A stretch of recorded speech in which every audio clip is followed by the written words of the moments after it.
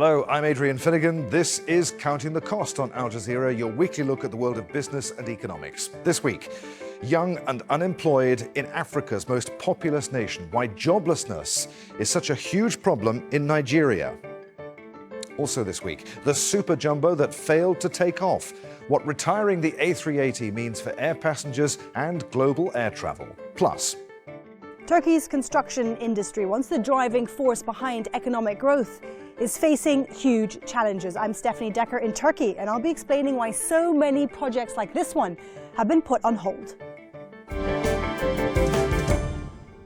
Africa's most populous nation and largest economy has a youth unemployment problem. In Nigeria, nearly a quarter of the population is out of work and 20% of them is underemployed.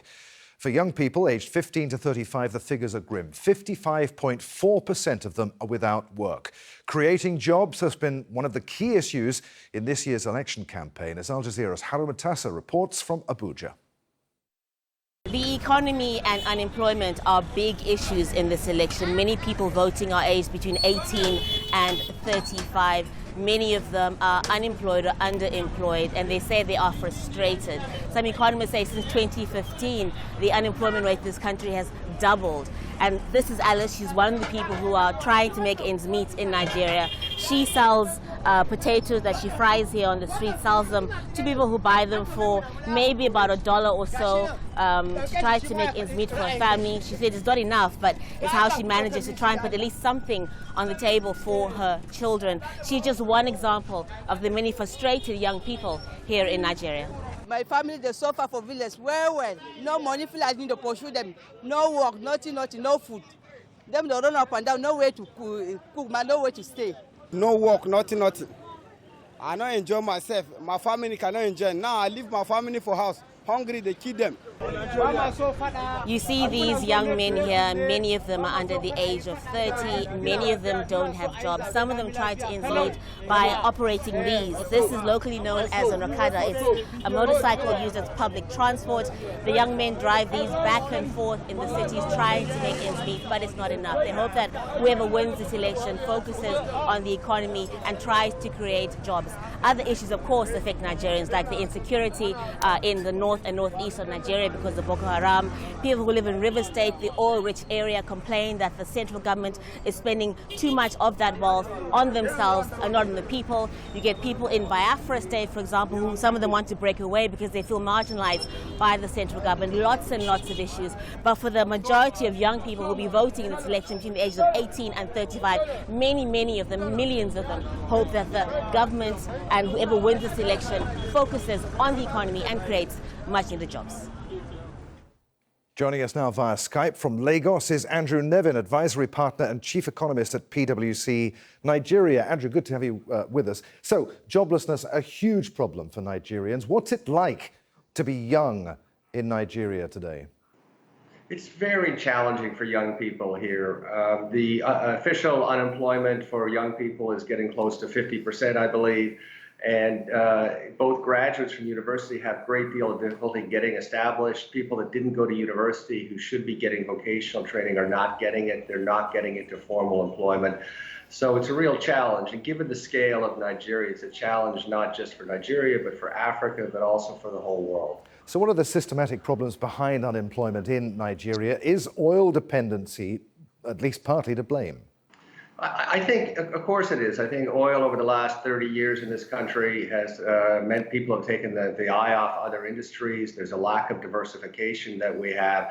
I think the good news at this point, though, is everyone recognizes it, and they also recognize it's a crisis. Given a difference with 4 years ago, people are discussing youth unemployment, the need for youths to be employed in order to have something gainful to do. So it's quite a bit different than that. But the structural problems remain here. The government in the last few years has not tackled issues around the exchange rate policy or the oil subsidy or the relationship with the NNPC, our national oil company, as both a regulator and an operating company. And all of those issues are holding back investment and growth in Nigeria. Growth itself then running, just below 2%, but that's barely enough to keep up with the rising population in Nigeria. What does Nigeria have to do, given all that you've said, to grow faster? Well, we've said that the country needs to grow 6 to 8%. I mean, we're growing population almost 3%. As you've just said, our GDP growth is about 2%. So we're getting poorer and poorer and poorer. And people like the IMF and the World Bank predict we're going to continue to get poorer. So we need more investment. The most important thing, and I think people have recognized this now, is that we need the private sector to grow. I mean, we basically say the private sector over the next decade needs to be 10 to 15 times larger to really make a dent in unemployment, in poverty in Nigeria. And that means every sector. So outside the oil sector, we've got things like entertainment, we've got ICT, we've got manufacturing, we've of course got agriculture. But we've also said the biggest sector that needs to grow in Nigeria is real estate. Everyone needs a place to live. We have a deficit of 17 million homes. And the great thing about real estate is that it employs a lot of people, particularly people, carpenters, plumbers, laborers, et cetera. So it really absorbs that young population. So we need every sector to work. We also need development across the country. So Lagos is doing relatively well in Nigeria. But that's not enough. We need 6, 7 big poles of economic prosperity, and we need development in the rural areas as well. Is there the need for the African market to start trading more with itself? How would opening up the African market help to reduce the continent's reliance on exporting commodities? Well, we've been very clear on this. We say Africans are going to continue to be poor unless Africans trade with Africans and increase the value added. So we're very strong proponents of the Africa Continental Free Trade Agreement. Many countries have ratified it. Nigeria has not ratified it yet, but it will come. But it's obvious that if we're just exporting raw materials to Europe or Asia, that we're going to continue to be in poverty in Africa. So I think people have recognized that. And I think the speed at which the Continental Free Trade Agreement has come together is really astonishing. And it illustrates there's a sense of new Pan-Africanism that's coming. And the leaders of that have recognized that unless Africa trades with Africa, unless Africa invests in Africa, we're going to continue to be poor. And can technology help to drive this interaction between the people and the economies of Africa? Yeah, I mean, we've already seen leapfrogging in Africa. I mean, everyone's well aware of something like mobile telephony, where there is essentially no fixed line system. And in Nigeria, we probably have 100 million people that use the mobile phone. We're going to see that in all sorts of areas. In Kenya, of course, you have mobile money with M-Pesa, which drives the economy. But I think you're going to see in healthcare, you are seeing in healthcare, education, even things like governance, that the technology is what really drives it here. There's no way to deliver healthcare to 200 million or 300 million Nigerians with the traditional physical system. So there are lots of people working on these innovations, and you're going to see it in Africa. So I expect you'll see a lot more leapfrogging in many technology areas. Do you know of any startups that are employing young people in Nigeria? Well, I think the startup that's most famous here is Andela, which is an outsourcing startup. It's been hugely funded by blue chip funders. But what this shows you is that I think Nigeria has the chance to be a little bit like India in the 90s. I mean, what's our greatest asset here? It's people. And there's a large number of well-educated young people in the IT space. People are figuring out that doing business in Lagos is actually low cost for these kind of outsourcing activities. So that's a fantastic success story here. So Andrew, if you were in charge, if you could make one change that would help the young and unemployed in Nigeria, what would it be? Well, as I said earlier, the biggest chance to really reduce unemployment is real estate. So I would focus on the Land Use Act. The way it's structured in Nigeria really makes it difficult to buy and sell property. Essentially, you have this term dead capital in real estate. We've estimated about $300 billion US dollars of dead capital in real estate. If we could unlock the real estate industry, as I said, it would really absorb a lot of young people into employment. So that would be the number one policy that I would focus on. Andrew, it's been really good to talk to you. Many thanks indeed for being with us on Counting the Cost. Very happy to talk. Thanks so much. Still to come on Counting the Cost. Trafficked and tricked into slave labor, the Thai fishing industry under the spotlight in Berlin. But first, the US decision to sanction Venezuelans' oil assets 2 weeks ago was a move designed to keep revenues out of President Nicolas Maduro's hands. He's been fighting back, stepping up efforts to keep state-run oil company PDVSA and its subsidiaries out of his rivals' hands. Al Jazeera's Lucia Newman reports now from Caracas.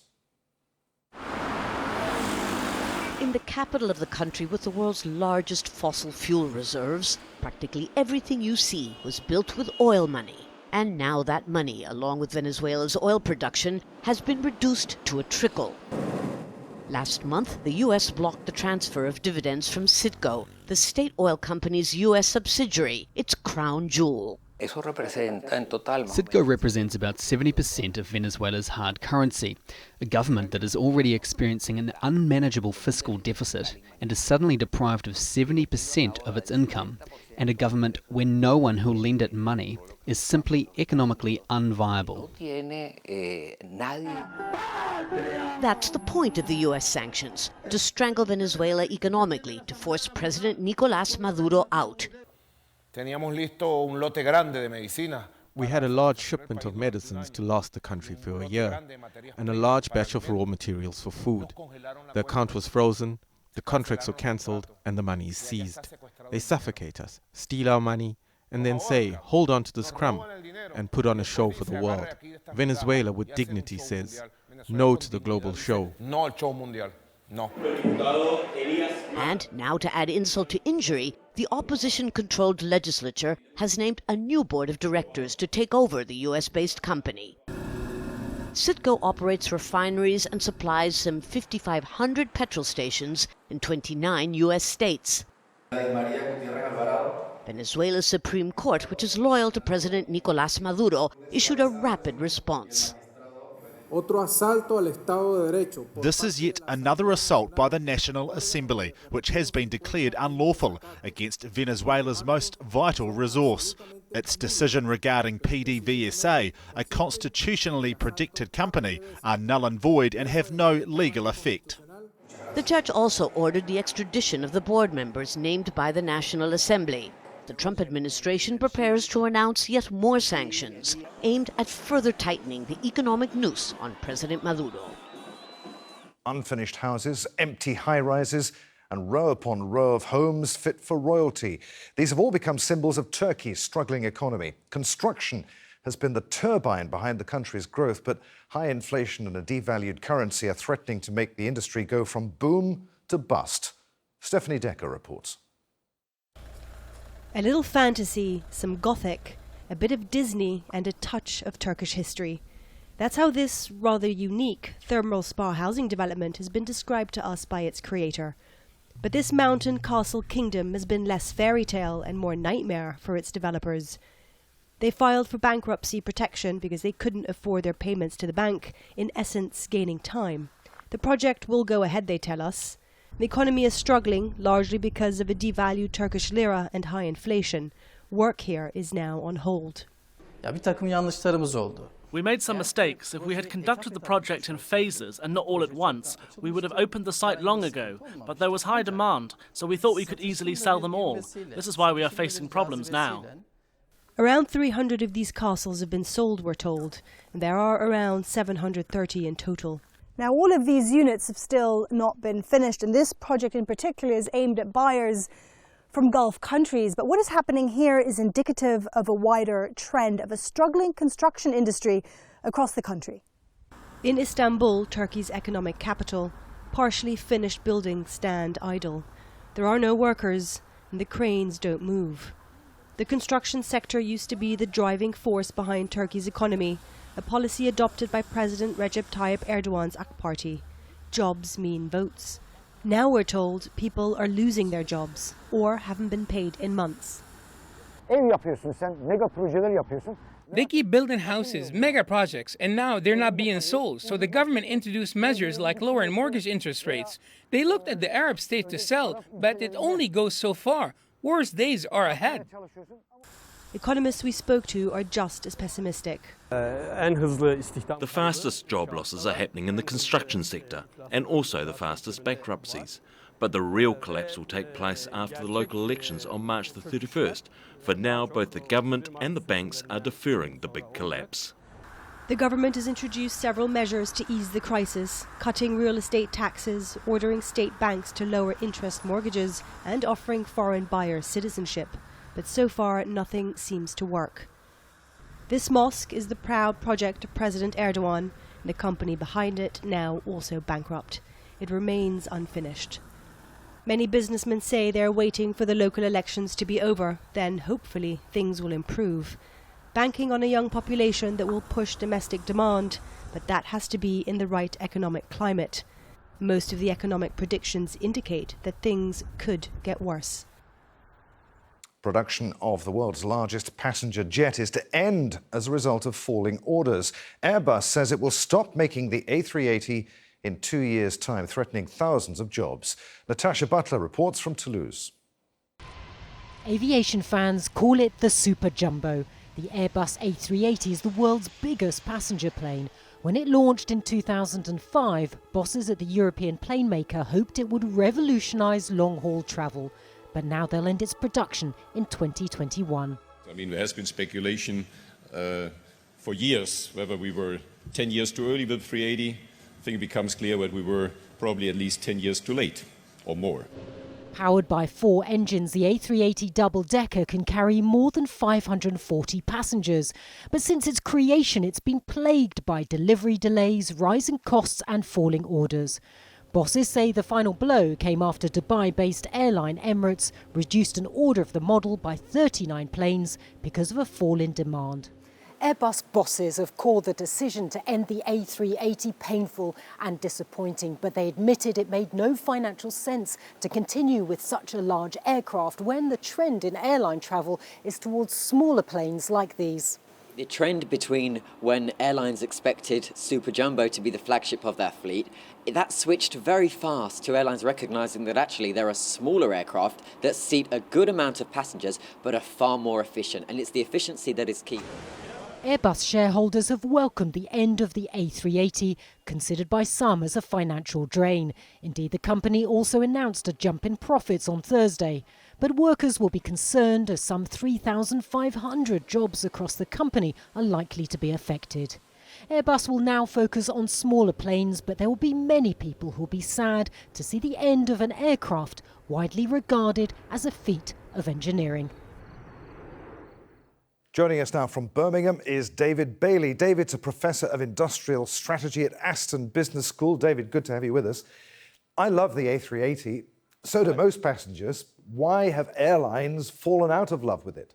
Yes, it's a superb plane. I love flying on it myself. I mean, it is technologically brilliant, but it's an expensive plane both to build and also to fly because it uses a lot of fuel. What we've seen instead is big technological advances in engines and making planes lighter. And that means that mid-sized planes can now fly much longer distances, including from Australia right through to London, for example. So we've seen a growth in mid-range planes, which are much cheaper to fly. Airlines have tended to prefer those instead. So the A380 isn't selling as much. It's not profitable. Airbus have taken the very painful decision to finish it off. So does that mean that the airlines that operate the A380 are now going to begin to phase them out? I don't think so. I think they will be in service for many years to come on big trunk routes where you get a big throughput of people from particularly into some of the major hubs in the Middle East where they carry very large numbers of people. But I think that going forwards, they're not looking to expand their fleets and they won't be looking to replace them. So we'll still see them for many years,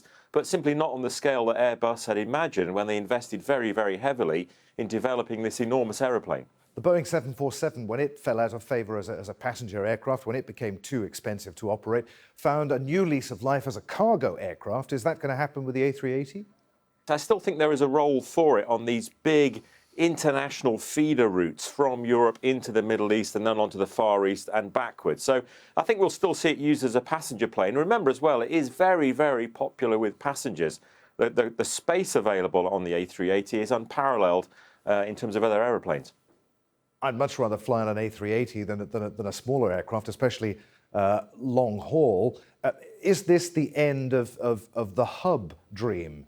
Many of these airlines, of course, set themselves up as hubs in the Middle East in particular. We've got Turkey about to open a huge new airport.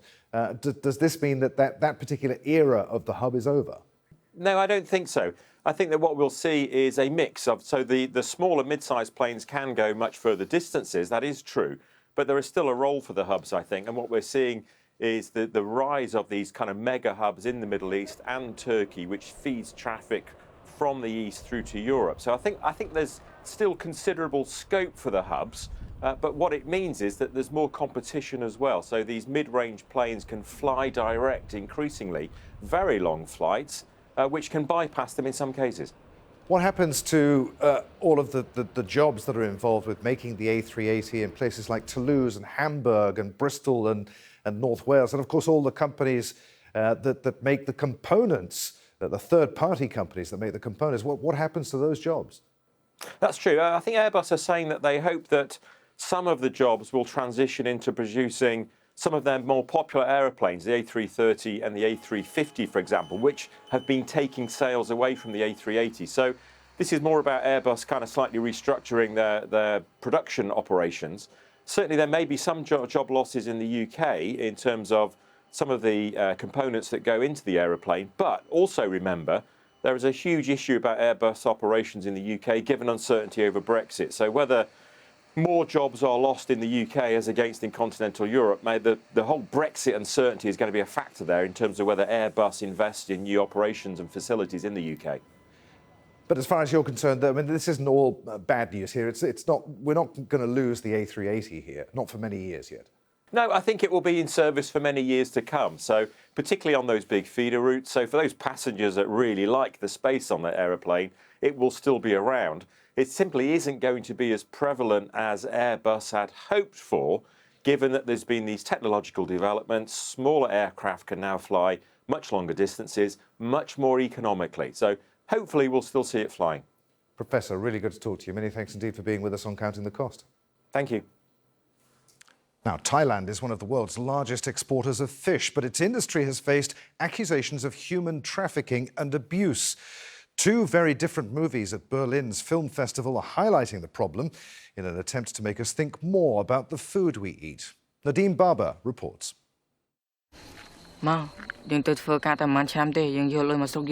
Chakra is a teenager who leaves home in rural Cambodia for a job in Thailand. At least that's what he thinks he's doing. Soon he's in the hands of people smugglers and forced to work without pay on a Thai fishing boat. His story forms the backbone of Buoyancy, getting its world premiere at the Berlinale. And the 15-year-old playing him says filming gave him a small insight into how much suffering is involved. Stay under the sun and how hard stay on the trawler. Like one day, it's really hard to stay on the trawler and doing some work with the fish. So it's really hard. I cannot imagine it. Bye. The director based the film on interviews with survivors of human trafficking in Cambodia. He's now planning to show the finished product there. I would love for the film to work back in Cambodia on a kind of educational level for those guys that were thinking about going to Thailand and understand there's some risk but don't fully know what's at stake if they get trafficked and tricked onto one of these trawlers.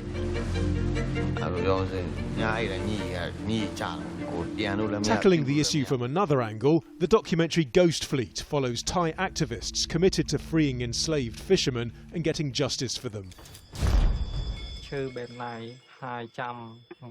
Mixing first-person testimony with reenactments, it shows how an industry exporting fish around the world sometimes deals in misery too. Food's an essential part of this film festival, from street stalls like this to soirees with the stars.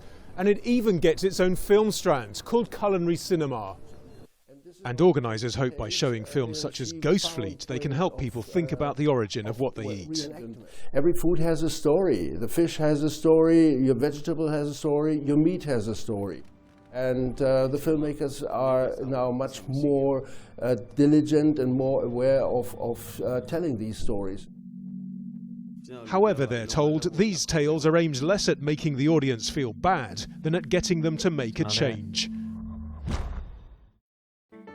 And that's our show for this week. If you'd like to comment on anything that you've seen, get in touch with us. You can tweet me. I'm at @afinnegan on Twitter. Please use the hashtag AJCTC when you do. Or you could drop us a line. Counting the Cost at aljazeera.net is our email address. As always, there's plenty more for you online at aljazeera.com/CTC. That takes you straight to our page. And there you'll find individual reports, links, even entire episodes for you to catch up on. But that's it for this edition of Counting the Cost. I'm Adrian Finnegan from the whole team here in Doha. Thanks for being with us. The news on Al Jazeera is next.